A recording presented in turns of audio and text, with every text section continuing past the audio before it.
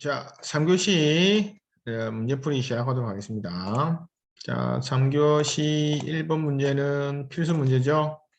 자, 건축물의 지하층 구조 및 지하층에 설치하는 비상 탈출 기준을 설명하시오. 해서 자, 지하층이 이렇습니다.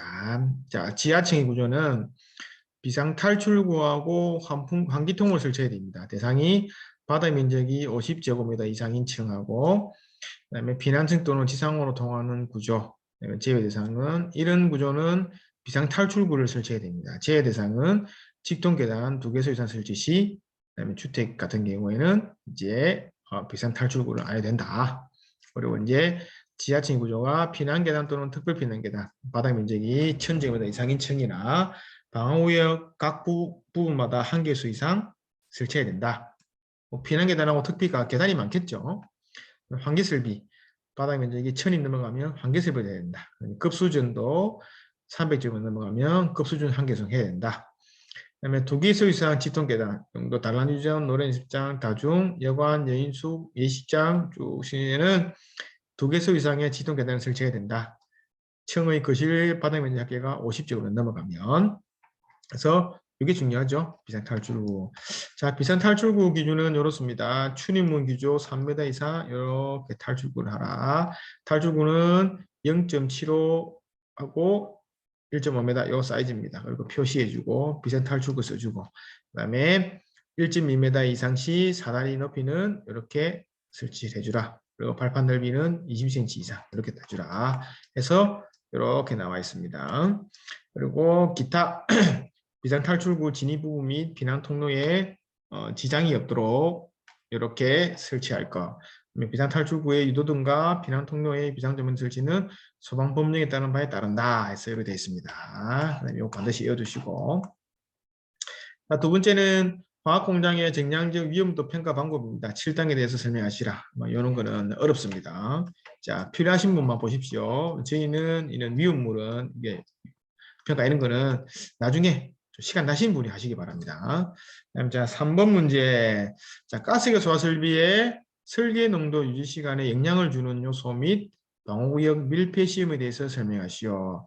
자, 이 부분 보면 개요에서 설계 농도 유지 시간에서 요거는 상당히 중요한 문제니까 설계 농도 유지 시간 가스계 소화 설비의 약재 방출 시 설계 농도에 도달하는 완전 소화를 위해서 유지하는 시간을 의미한다 해서 1분 이상, 20분 이상 규정을 내놨네요.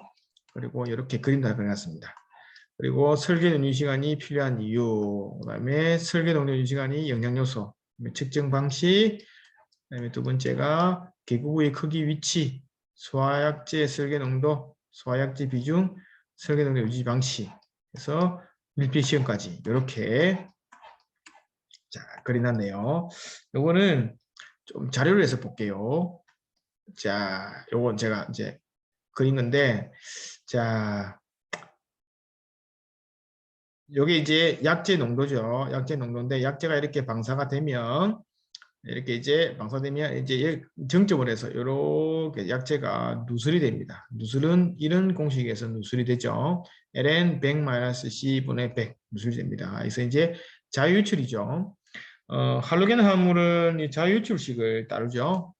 따르고 이런 식으로 해서 이렇게 약재가 나갑니다.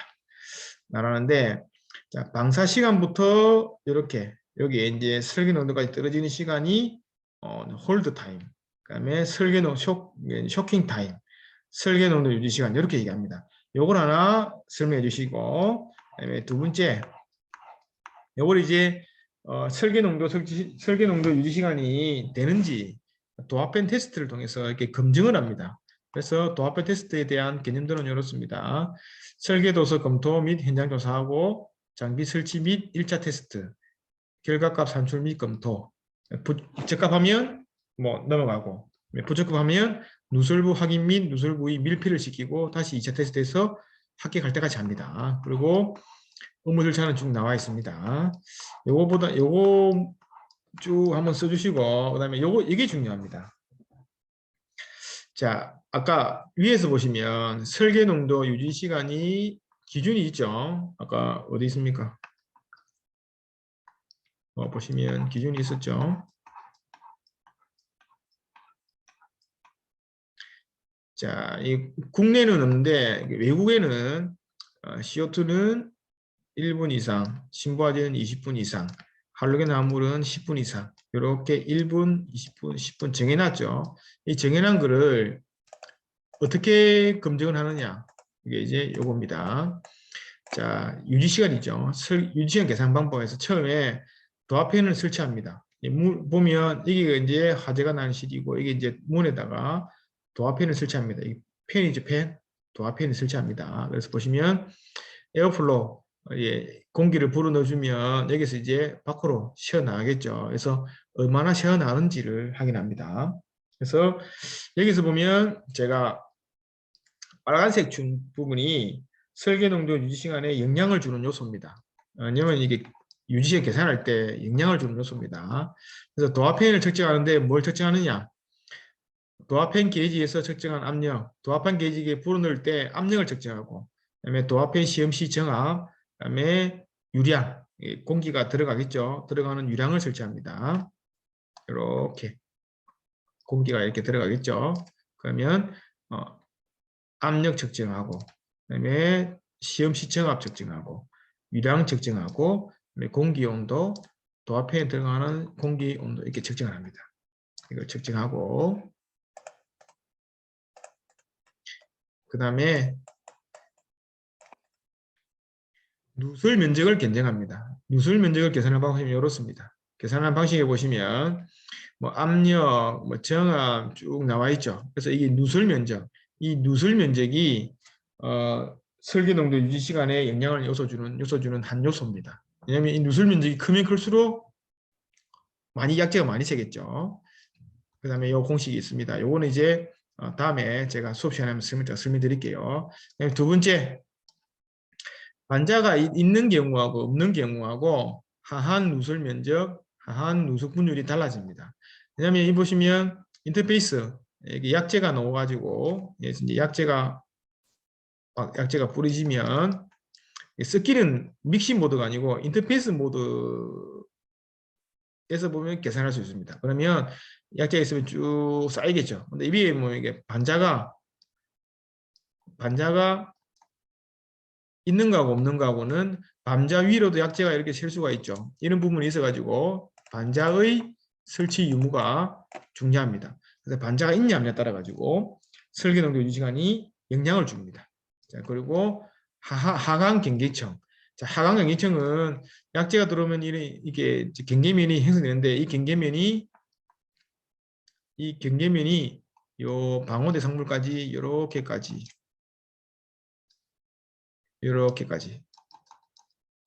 이게 하강하는 시간이 설계 농도 유지 시간입니다. 이게 머리가 튀어나올 때까지 나오는 시간.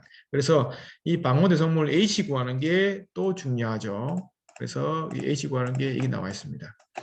이 H를 구하는 거는 소화약재의 초기 농도하고 최종 소화 농도의 비입니다.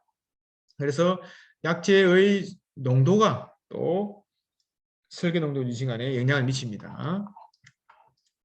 그래서 T를 계산합니다. 보면 여러 인자들이 있죠. 그 중에 실바닥 면적, 최소 높이, 누설 면적, 약재 혼합기 밀도 쭉 나오죠. 소화 농도 이런 부분들이 영향을 미칩니다. 그래서 이제 기준은 이렇습니다. 아까 여기 나와 있죠. CO2는 LP는 3분, 신분은 10분, 활용에는 10분이 나와 있습니다. 이 기준들에서 나와 있습니다. 그래서 이 문제의 핵심은 이 빨간 줄 친 부분에 설계도 유지간에 변수가 되는 부분이 뭐냐. 요걸 이제 답으로 좀 표현해 주는 게 좋을 것 같아요. 그래서 보시면 이렇습니다. 이런 거는 이것보다 측정 방식, 그러니까 디센트 뭐든지 믹시 뭐든지 여기에 따라 달라지죠. 그다음에 개구부 크기, 이 아까 누설 면적이었죠. 그다음에 소화약재 설계 농도, 비중 이게 뭐였습니까, 아버지? 보시면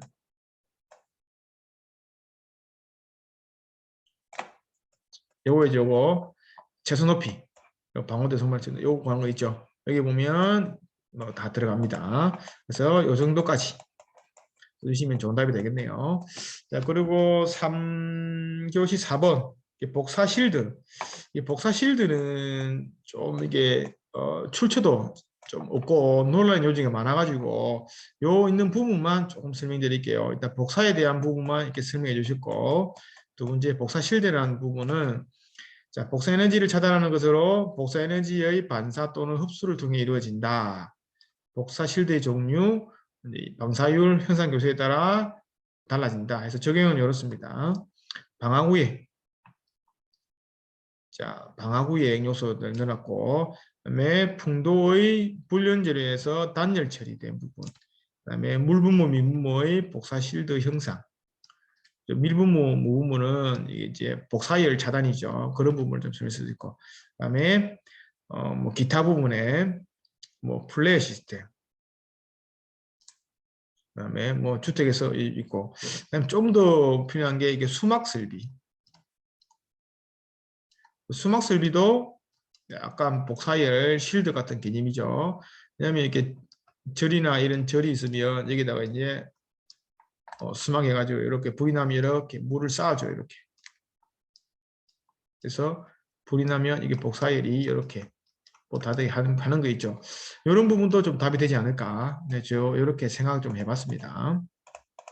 네, 그리고 복사열 수에 따른 연료수의 변화는 이제 복사열 실드수가 많은 경우, 적은 경우에서 커진다 이렇게 나눠놨습니다. 이거는 좀 자료도 좀 부족하고 좀 붙어서 이게 점수를 받아보면 쓰신 분이나 점수를 받아보면 좀 알 수 있겠습니다. 자, 그리고 5번. 자, 5번은 좀 중요한 문제죠. 자, 공동현상, 수객현상, 맥동현상, 에어바인딩. 자, 에어바인딩만 새롭지 나머지는 그대로 있습니다. 자, 공동현상은 자, 이렇습니다. 자, 여기 보시면 공동현상은 여기서 많이 발생하죠. 자, 석션, 디차지, I. 이 무슨 그림입니까? 자, 석션 여기 있죠. 물이 들어간 부분이 석션이고 I였습니다. I. 그다음에 디차지 여기입니다. 자, I가 뭐냐면 우리 태풍 보면 태풍은 이렇게 돼 있죠. 구름이 막 이렇게 돼 있지만 이게 이제 태풍은 이게 이제 임펠러를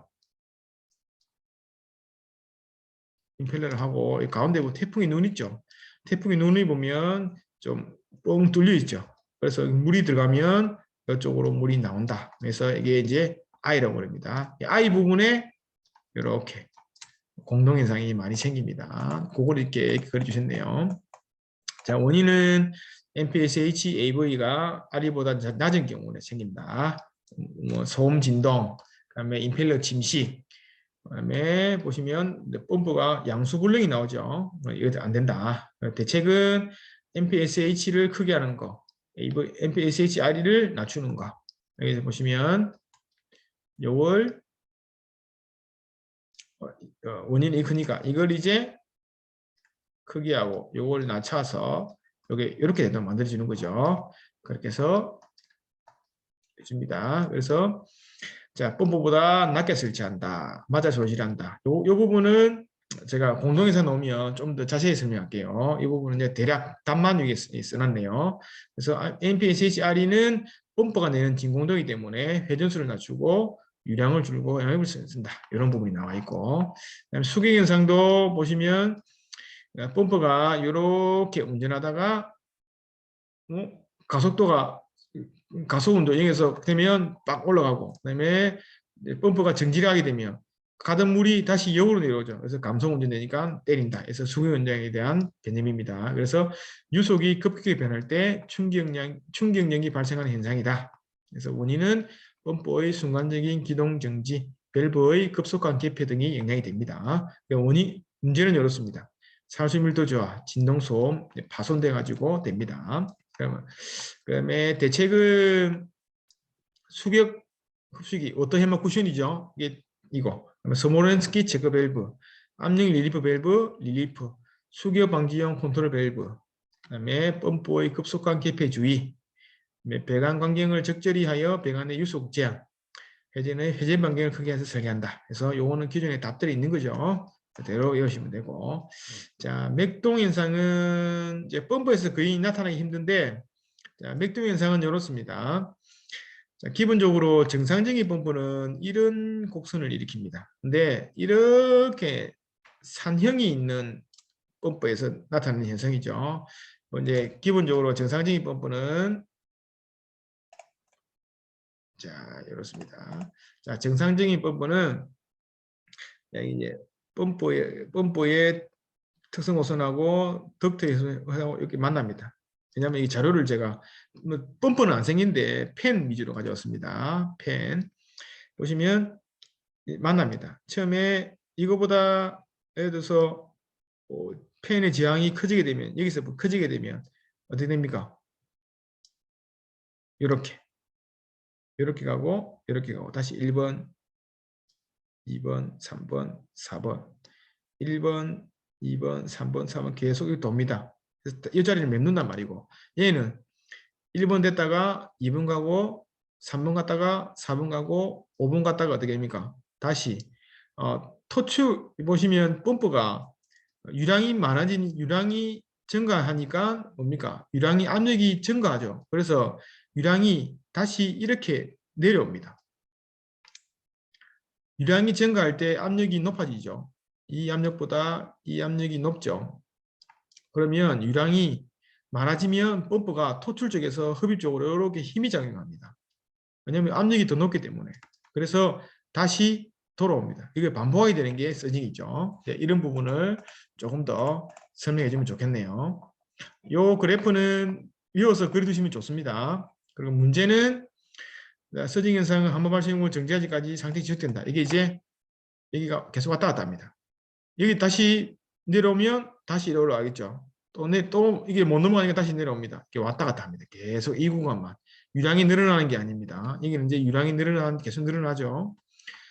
헤드 및 노즐의 살수밀도죠. 소화실패, 진동 소음입니다. 대책은 우하향 구배인 펌프를 사용해야 되고 배관 중에 수조 또는 기타 상태에 존재하는 기능이 않도록 설계해야 된다. 유량 조절 밸브도 토출쪽에 설치하자.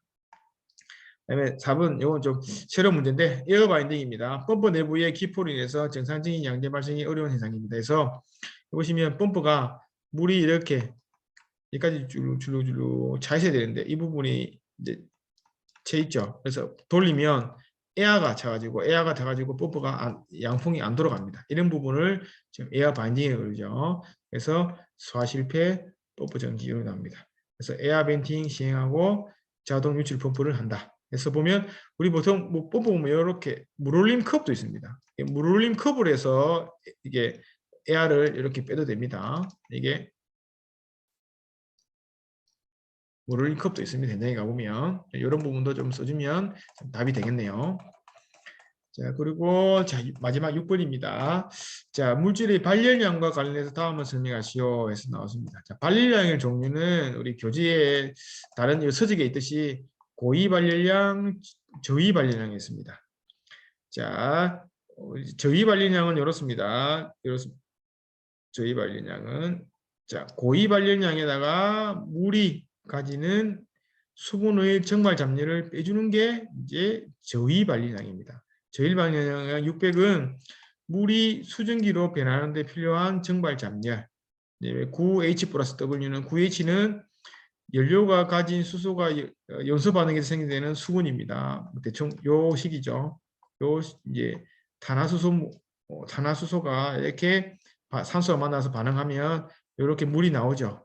이 물을 이걸 얘기하는 거네요. 이 물이 생기고 그다음에 연료가 가지고 있는 수분량 해서 이렇게 저희 발린량이다.